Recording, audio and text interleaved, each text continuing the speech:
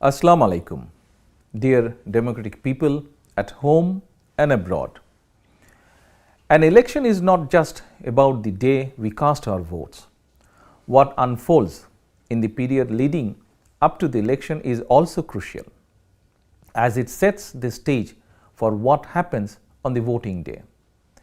In the upcoming one-sided election on 7th January, a mere formality where the result of all 300 seats is predetermined, and Sheikh Hasina herself selects so-called winners.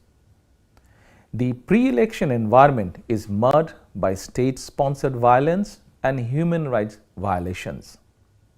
The fascist regime has used partisan members of law enforcement agencies, administration and the judiciary to suppress opposition activists and turned the election commission into a party affiliate. This dumb election, which is neither inclusive nor participatory and commonly rejected by Bangladesh Nationalist Party BNP, 62 pro-democracy political parties and the people of Bangladesh, creates a mockery to the nation's democratic aspiration.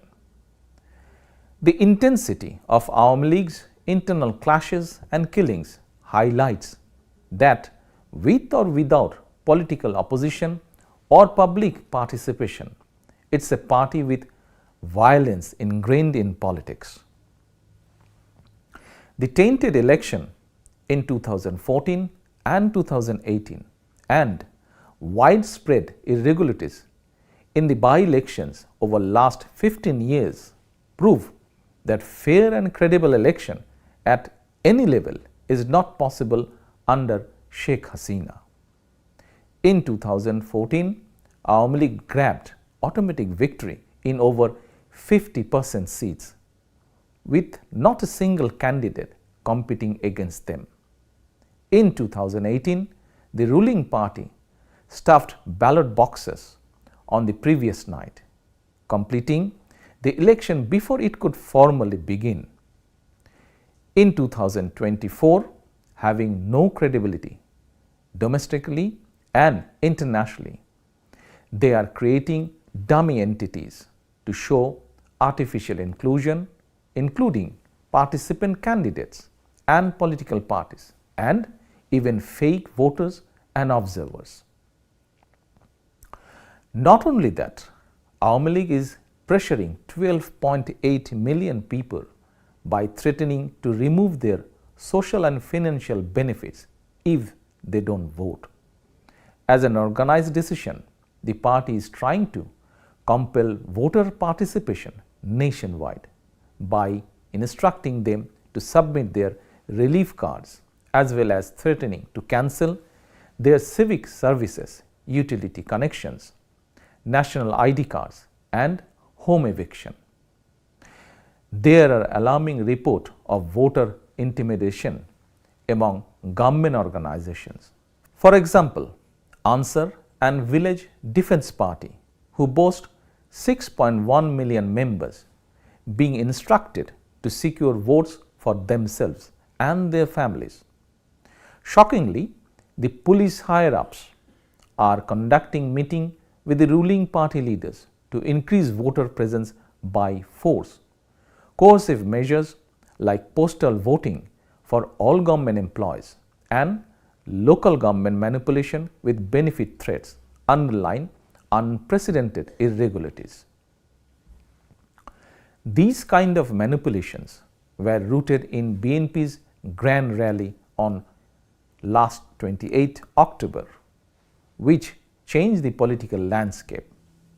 The regime resorted to conspiracy and brutally suppressed the people's mandate in favor of our peaceful and non-violent movement. Awami League, in collaboration with partisan section of the police, orchestrated pre-planned anarchy on that day. BNP leaders and activists at all levels were then falsely charged, including in a horrific police death by ruling party thugs.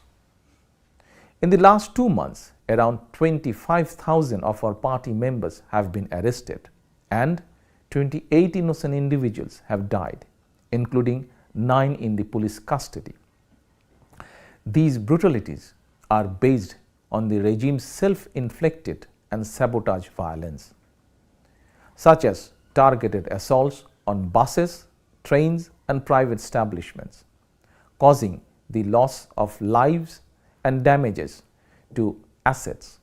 Despite Awami League's extensive history of arson attacks, the state apparatus manufactures false evidence to accuse BNP, engaging in a blame game to legitimize ongoing crackdown.